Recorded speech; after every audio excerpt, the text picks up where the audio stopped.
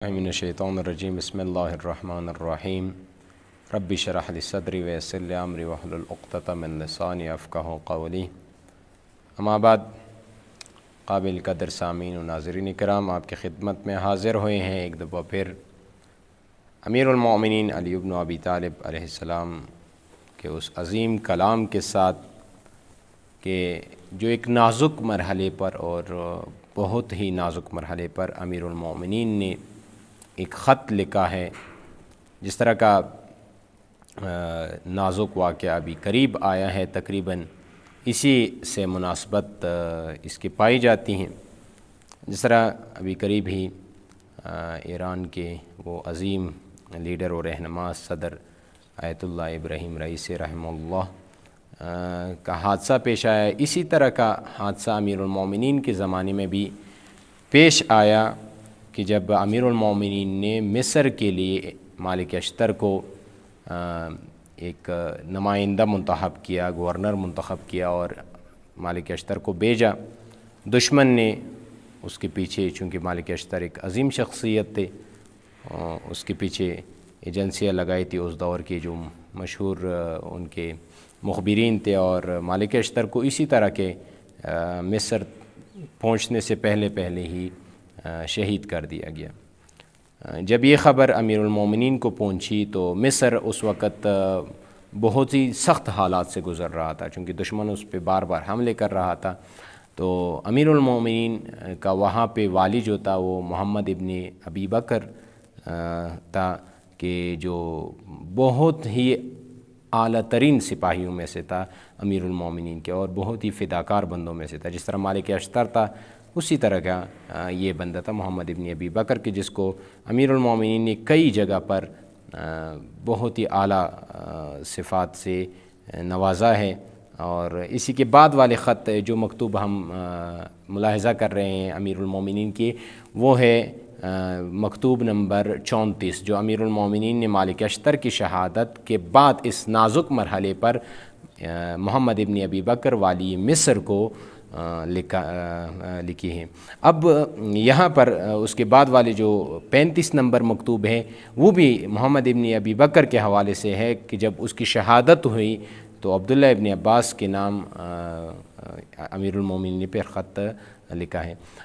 یہ مکتوب جو ہے، اس میں پہلے تو امیر المومنین نے مکتوب نمبر 34 میں یہ باتیں لکھی ہیں کہ مجھے یہ خبر ملی ہے کہ جب آپ سے مصر کی حکومت میں لینا چاہتا تھا، یعنی محمد ابن ابی بکر کو جب پتہ چلا تو اس پہ شاید اس نے ناراضگی کا اظہار کیا ہو، تو امیر المومنین نے اس کو حوصلہ دینے کے لیے کہا کہ یہ کام میں نے اس لیے نہیں کیا تھا کہ میں نے آپ کو کمزور پایا یا میں نے آپ کو دیکھا کہ یہ کوشش نہیں کر رہے، یہ سنجیدہ نہیں ہے، بلکہ امیر المومنین نے کہا کہ میں تو یہ چاہتا تھا کہ آپ کو ایک اور منصب دوں، ایسی جگہ کی حکومت دوں جہاں پر آپ کو اتنی زیادہ زحمت بھی نہ ہو اور تمہیں پسند بھی ہو۔ چونکہ محمد ابن ابی بکر بہت سخت حالات سے روبرو تھے، جیسے کہ اس کی شہادت کے بارے میں کہا جاتا ہے کہ دشمن اس سے بہت زیادہ حد درجے بغض اور نفرت اور کینی کا اظہار کرتا تھا۔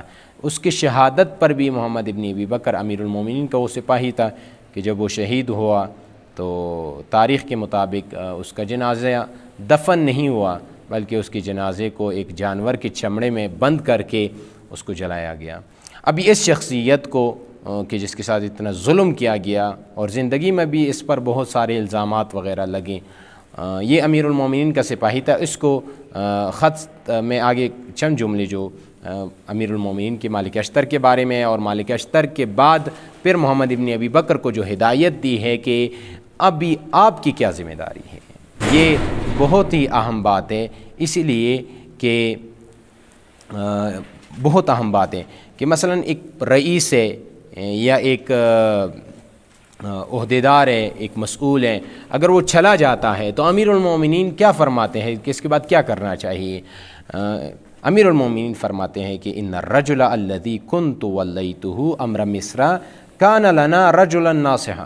امیر المومنین فرماتے ہیں مالک اشتر کے بارے میں کہ مالک اشتر وہ بندہ تھا جس کو میں نے ولی مصر جو بنایا، وہ ہمارے لیے بہت ہی بہترین اور خیرخواہ اور صالح انسان تھا۔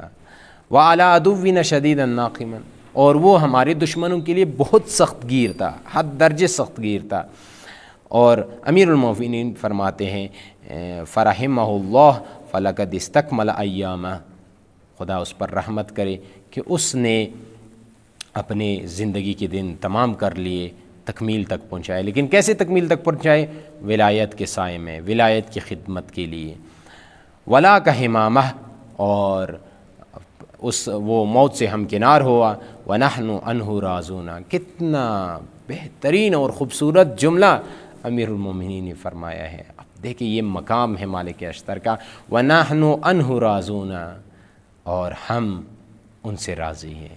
یعنی دیکھو امیر المومنین علی بن ابی طالب علیہ السلام، وہ علی جس سے راضی ہو تو خدا تو واقعاً راضی ہوگا۔ پھر دعا دیتے ہیں اللہ اللہ رضوانہ، اور خدا کی رضامندی بھی اس کو نصیب ہو۔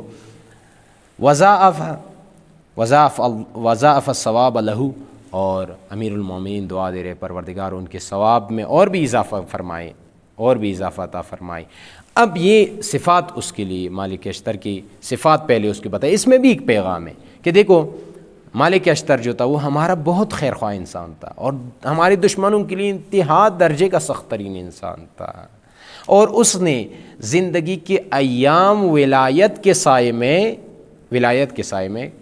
تکمیل تک پہنچائی، یعنی موت تک ولایت کے سائے میں رہا اور ولایت کا دفاع کیا۔ اب یہ پیغام ہے ایک، دیکھو آیت اللہ رئیسی تھا، یا امیر عبداللہیان جو وزیر خارجہ تھا، یا جتنے بھی یہ تھے، یا اس سے پہلے شہید قاسم سلیمانی یا دیگر، یہ وہ لوگ تھے جنہوں نے ولایت کے دفاع تک، موت کے آخری لحظے تک اور خون کے آخری قطرے تک ولایت فقیہ کا دفاع کیا۔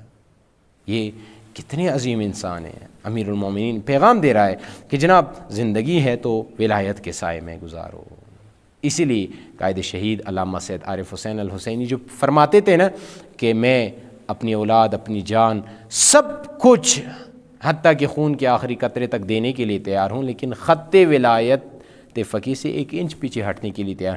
وجہ یہ ہے کہ امیر المومنین کے یہ پیغامات اس نے پڑھے تھے۔ اب مالک اشتر کی جگہ ان کو نصیحت کر رہے ہیں کہ مالک اشتر جب شہید ہو گیا، اب منصب آپ کے ہاتھ میں ہے، تو آپ نے کیا کرنا ہے؟ یعنی جو پیچھے رہ گئے آپ نے مایوس نہیں ہونا، آپ نے کیا کرنا ہے؟ فَأَسْحِرْ لِعَدُوِّكَ، امیر المومنین فرماتے ہیں بس ابھی آپ دشمن کے مقابلے کے لیے کھڑے ہو جاؤ، دشمن کے مقابلے کے لیے باہر نکلو۔ وَمْزِ عَلَىٰ بَصِيرَتِكَ، اور اپنی بصیرت کے ساتھ آپ سفر شروع کر لو، بصیرت کے ساتھ سفر شروع کر لو۔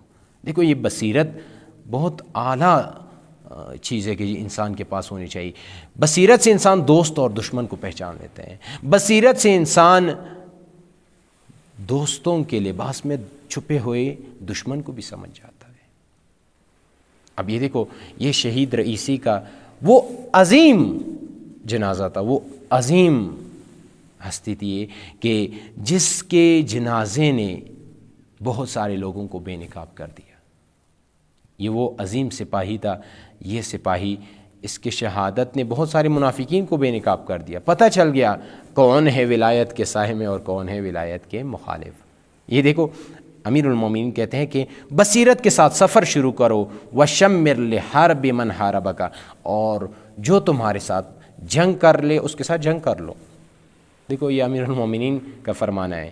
بعض لوگ ہیں نا وہ یہ سمجھتے ہیں کہ جناب سب کچھ امن میں ہونا چاہیے، یہ ہے فلاح ہے امن، ٹھیک ہے، لیکن اگر آپ پر کوئی جنگ مسلط کرتا ہے پھر آپ امن کی باتیں کر رہے ہیں تو امیر المومنین کہہ رہے نہیں، اگر آپ کے ساتھ جنگ کرنا چاہتے تو جنگ کر لو ان کے ساتھ۔ وَدْعُ إِلَىٰ سَبِيلِ رَبِّكَ، اور آپ دعوت دو لوگوں کو پروردگار کی راستے کی طرف، راہ خدا کی طرف لے آؤ۔